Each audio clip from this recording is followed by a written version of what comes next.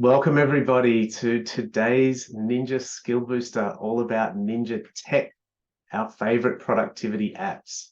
It's going to be a fast-paced session with a lot of information today, so thank you very much for joining us. My name is Ninja Matt. For those of you that haven't joined us before, you're very welcome to contact me at any stage if you have questions or thoughts around today's session or any of the other workshops we do at Think Productive. I know Ninja Julie's with us as well. Might just hand over to you, Julie, to say hello. Good morning, everyone. Lovely to be here Good with you morning. today. Hope you enjoy the session and have a great day ahead. Thanks, Julie. Thanks for joining us. I haven't got your slide here, sorry, Julie, with you in your scuba outfit, but I know plenty of people have seen that. I would like to start by acknowledging the traditional custodians of the lands that we're all joining from today. I see that some of you have put that in the chat already. I am coming to you from Barangay lands on the northern beaches of Sydney. I would like to acknowledge their care, respect, and love of the earth, water, air, and environment that we all have the pleasure of living in and enjoying here today. So acknowledging their traditional custodians, past, present, and emerging from all the lands we join from today. So once again, everybody, thank you so much for joining. If you don't know about our business and you're new here today, our business Think Productive is a global company founded by Graham Alcott, who wrote this book, How to Be a Productivity Ninja. Our vision globally is creating a work revolution where everyone loves Mondays. This is what gets us motivated about what we do, gets us out of bed in the morning. I read this book about 10 years ago and got so excited about the work that Graham does that ended up buying the rights to Graham's business here in Australia and New Zealand. And for 10 years with my wonderful other ninjas like Julie, Gavin and Matt, we love rolling out our workshops and supporting our clients with managing stress, managing workload, and all the other stuff that comes with that. Today, we are focusing on one particular ninja out of our 9 ninjas, ninja number 3, weapon savvy, because today is all about tech. So today we're just drilling into weapon savvy. Many of you who have done our other ninja training will be familiar with all these lovely little ninja characteristics. I often like to mention human, not superhero as well in most of our sessions, because human, not superhero, ninja number 9 is a really important reminder that there really is no such thing as perfection for us as humans. There's also no such thing as perfection in a particular piece of technology or tool or system like we'll be looking at today. So human, not superhero is all about making progress rather than achieving perfection, and also just understanding that things always don't go the way we want. We sometimes make mistakes. Some days are better than others. This is human, not superhero. So today we will be diving into ninja number 3, weapon savvy. A little phrase we like to share with weapon savvy is psychology before technology. Even though our weapons are often our technology, our tools, our software, our phones, all these different things, we like to think psychology before technology, which is do the thinking, plan ahead. Why do we want these different tools? How are they going to help us? Do we already have tools that can help us rather than having to go and get new ones? Is it possibly just a matter of upskilling in the tools we already have? Going and watching some YouTube videos, doing a short course, just learning some tools. Asking a teenager is one of the tips that people often give us.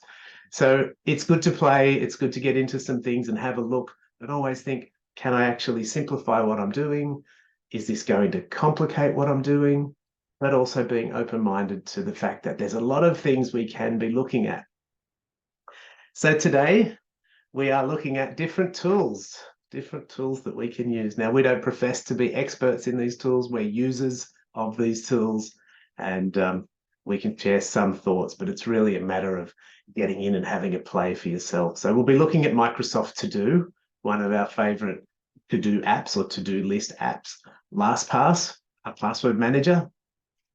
And LastPass has had a little bit of controversy in recent times around potential cyber risks and things. I'm confident that they've got that all under control.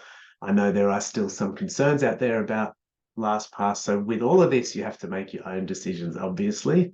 OneNote, part of the Microsoft suite, is a beautiful tool for storing information, storing notes, these kind of things. Text expander. Text expander makes our typing easier. We can store templates in there. We can store long form text, short form text, anything we like. And when we type little codes, it expands for us. It's like magic. So I'll be giving a demonstration of text expander. Otter. Otter is a tool that can be used to transcribe our words. We can transcribe Zoom recordings or YouTube videos. We can get it to live transcribe things that we're doing on the spot.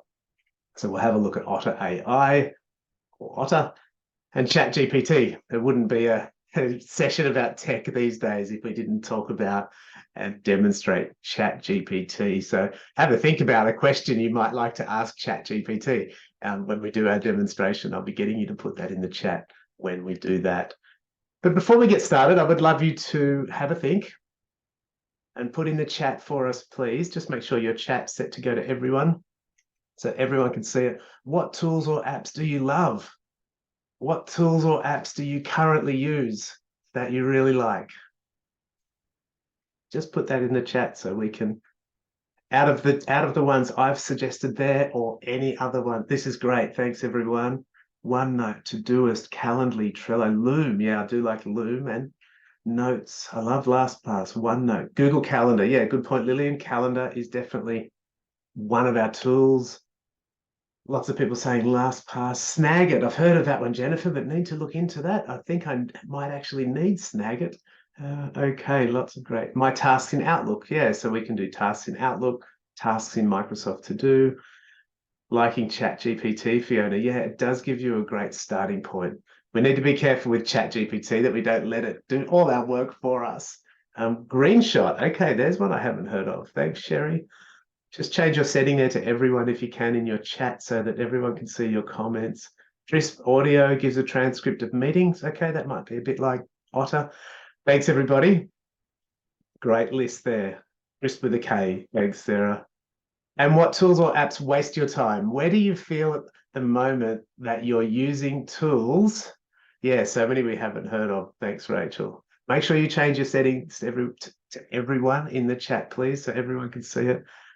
Countdown timer. Okay, what tools or apps waste your time? Let's shift gears here now. What are the ones that you get frustrated with? What are the ones that you think, oh, Teams? Yeah, isn't that interesting, Fiona? I was thinking that because no one mentioned Microsoft Teams in the tools or the apps they love, I don't think. Teams is confusing. We've got to try and use Teams in a simple way. Otherwise, it gets very overwhelming. Emails. Inbox of Zero workshop for that. We are working on a workshop for Teams, by the way. Facebook, yeah, Facebook social media. That's an app or a tool, isn't it? Teams and Outlook. Linda says Teams is good when you learn how to use it and can manage the traffic. Totally agree, Linda. Yeah. Sarah says disagree. Teams is good. We take it for granted. Yes, Sarah. So yeah, we've got some Teams fans here as well. Good. I love a bit of debate. Thank you for that. WhatsApp is a waste of time. Continuous messages, yes.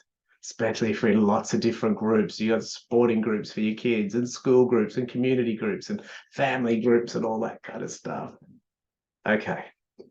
Thank you, everyone, for that feedback on all the different apps or tools. Now let's get started at looking some of ours that we want to talk about. Now we have no commercial relationship with any of these businesses. These are just tools that we use, play with, have fun with. So Microsoft To Do. Microsoft To Do, if you're interested in Microsoft To Do, it's part of the Microsoft suite.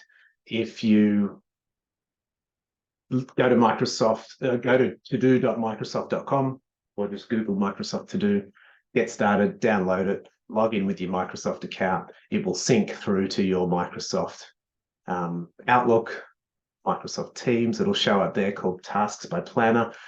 I'll show you Microsoft To Do. Or what I've got here is just a dummy version. So Microsoft To Do, when you open it up, is a very simple looking to-do list app. You open it up and some of you who ever used Wunderlist will recognize the image behind there because Microsoft bought an app called Wunderlist. They created Microsoft To Do, which is a good thing because it's nice and simple. Microsoft like to make things complicated. We love Microsoft because you do a lot of great things for us, but a lot of things are complicated. So this is Microsoft To Do. When we open it up, it's quite empty. Once we start adding data, we learn how to use it more. So we can put a task in down here.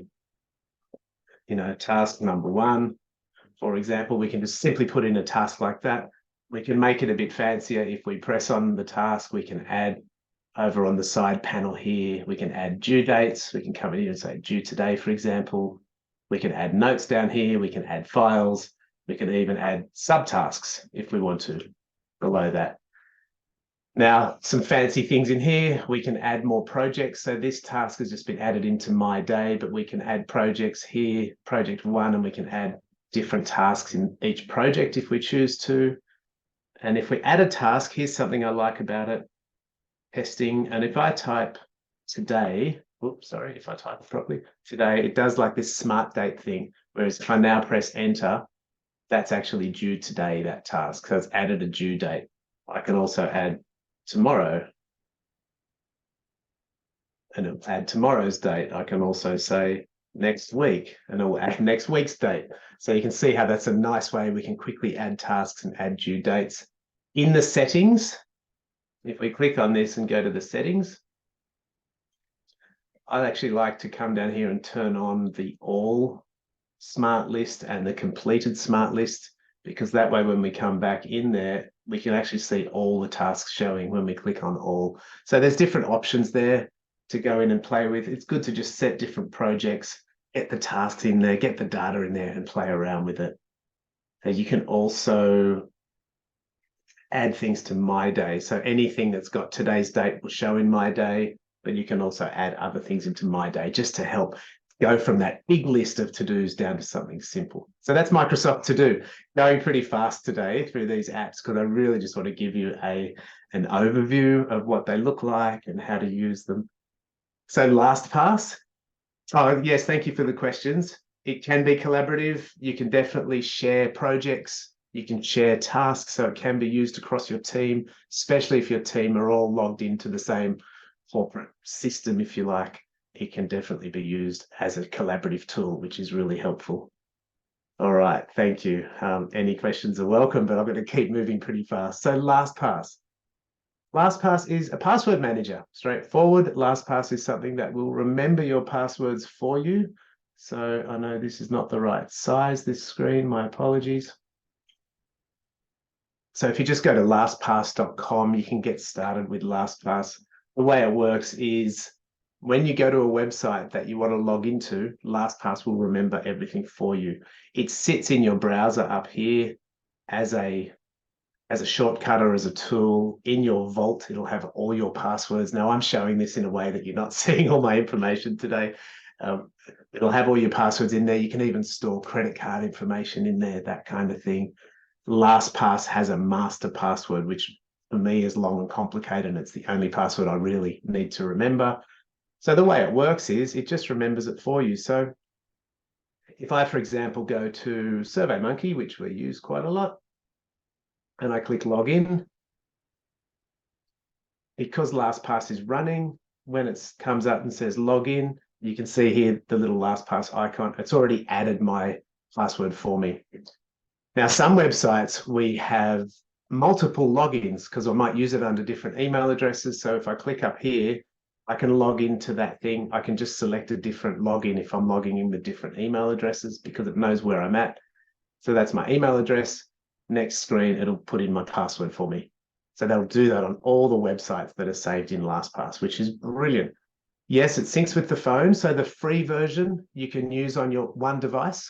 So you can use the free version and just use it on your computer, or you can use the paid version and it will work across different devices, which is really helpful. Leanne's asking, what's the difference between LastPass and Google? I'm sure that's a very complicated answer. They both offer password saving features. You can use either, and you can use one password. You can use Apple Keychain. I'm sure if I was going to get very techie on the cyber risk thing, there might be some differences, but I'm not qualified to answer all that. Key thing here is just use one. When we're thinking about Ninja Weapon Savvy, just use one. That's the key thing. If we start saving our passwords in different areas, Then we get confused again. That's not being weapon savvy. Yes, you can have a family account. Thanks, Sarah. So that's LastPass. All right, let's keep moving. OneNote. So OneNote is a fantastic tool for storing information, storing notes, storing documents.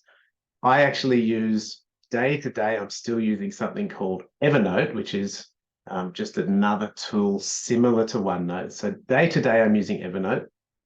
I'm about to shift across to OneNote though, because we're doing a big transition to be fully Microsoft here at Think Productive. So OneNote, I'll show you a fairly blank looking OneNote here. What you can do in OneNote is set up different notebooks. In these different notebooks, you can have different journals or different folders or different notes within books. Within this page, they actually call it, you can add information. So for example, if I was planning a trip here or something, and I've like just a PDF saved here, I've done my reservation for this trip. If I just drag a PDF across and put it in here, I can put it here like this, and then it's got the PDF in here, right? So you can see that I can just add PDFs. I can come in here and just add notes. Click at the bottom of that. I can just add notes, and it's quite flexible. You can move the notes around, do all this kind of stuff. You know, put notes in here, you put hyperlinks, whatever you want. You can also change the setting here. So some people with OneNote like to see the tabs across the top. A lot of people I see use it like this. So it's got all the tabs across the top here. You can change what things look like.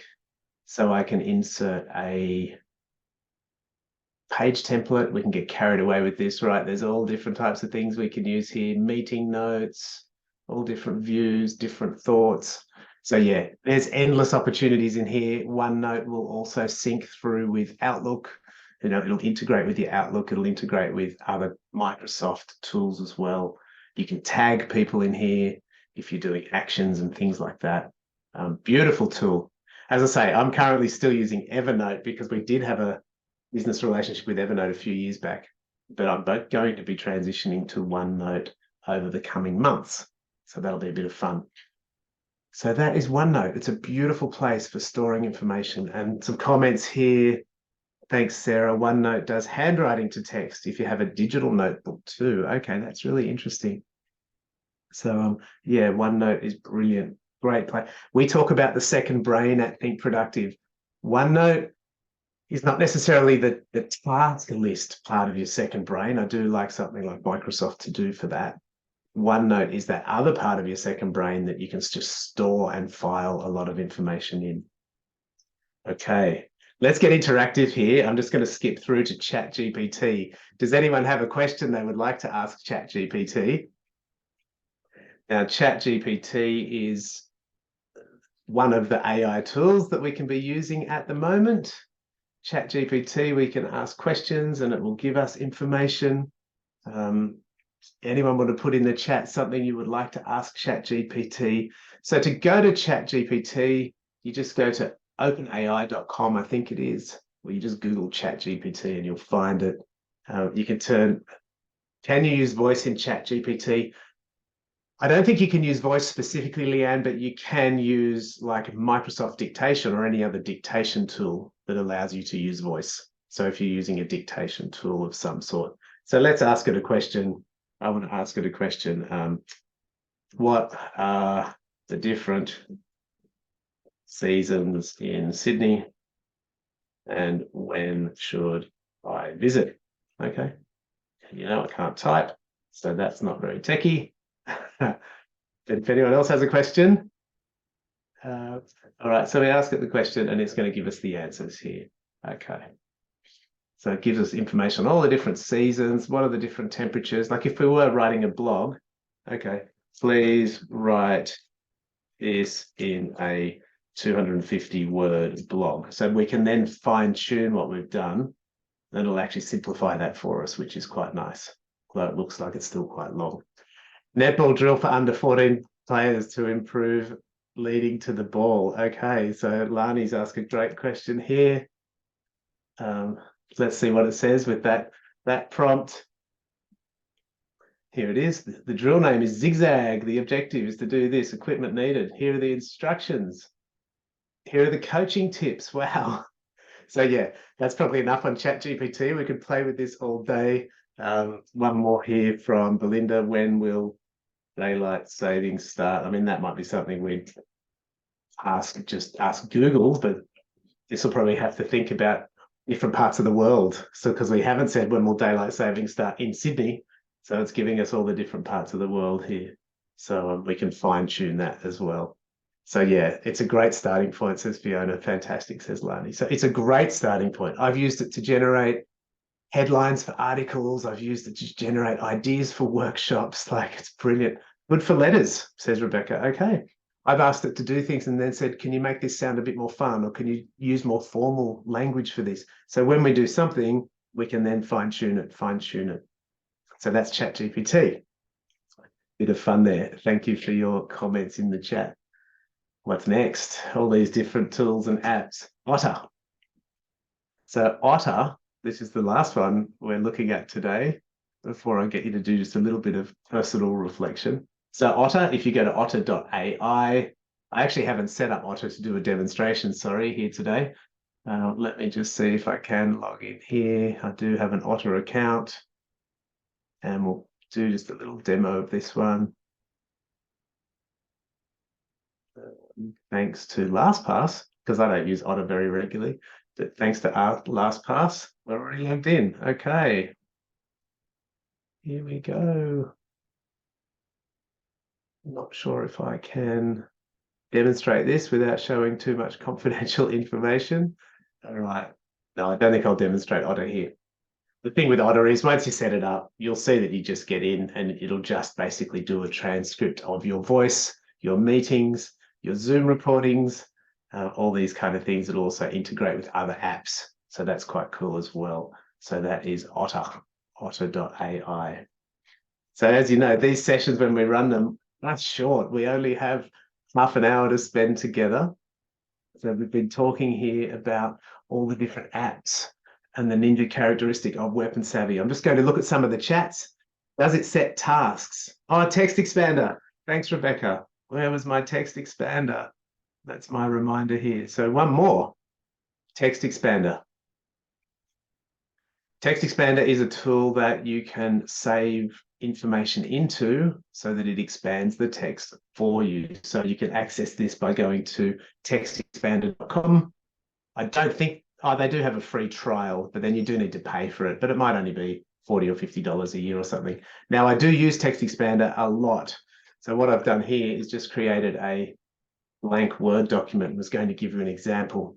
So I've put some little codes in there. So for example, a lot of my codes start with an X.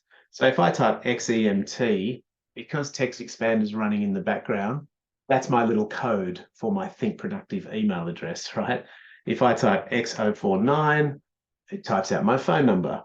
So, bigger, these are just small examples. If I'm sending a proposal to a client and I type XPRO, the window pops up and I can say, okay, so for the subject, I want the subject to be Productivity Ninjas at Company XYZ, and their name is, I was trying to think of a fun name. Their name is, I'm going to say ABC. So, okay, so if that's their name, and I click OK, it types it all out for me. So hi, ABC, thanks for the opportunity to provide a productivity ninja training at XYZ. You can see it's done all that for me and types it out in an email. So yeah, we can use templates in Gmail, or we can use templates in Outlook, these kind of things. But Text Expander is great for these kind of things. One more little example, if I had an inquiry and I type XENQ, once again, it just types out some text for me, which got lost on the screen here, with a subject. So the subject, I could put in the subject line of an email, by so-and-so, thanks for inquiry, blah, blah, blah, blah. So Text Expander is brilliant. Once you get all your different snippets, they call them, saved in the back end there, you just type these little codes. Is there an alternative to Text Expander in Microsoft Outlook? Yeah, so you can set up templates in Microsoft Outlook. You could also set up, I think, quick steps in Microsoft Outlook, or quick parts can do a similar thing. Do you create the abbreviations? Yeah, you create your own abbreviations, Lani. So your little snippet abbreviations, all of mine start with an X. Yeah, similar to quick parts. Thanks, Melanie. All mine start with an X. You can also start with a semicolon or something if you like. It's good in workshops. If I want to put something in the chat, like a link to a survey or something in a chat, then I can have that in there ready to go. And I might just do like semicolon SUR for survey or something. And there we go. So we do create our own snippets in there. So lots of information here. Jason's saying there might be some procrastination happening as a result of today. So that's a really good point, Jason. What we want to do here before you leave is have a think. What will you do now? Maybe just choose one of these.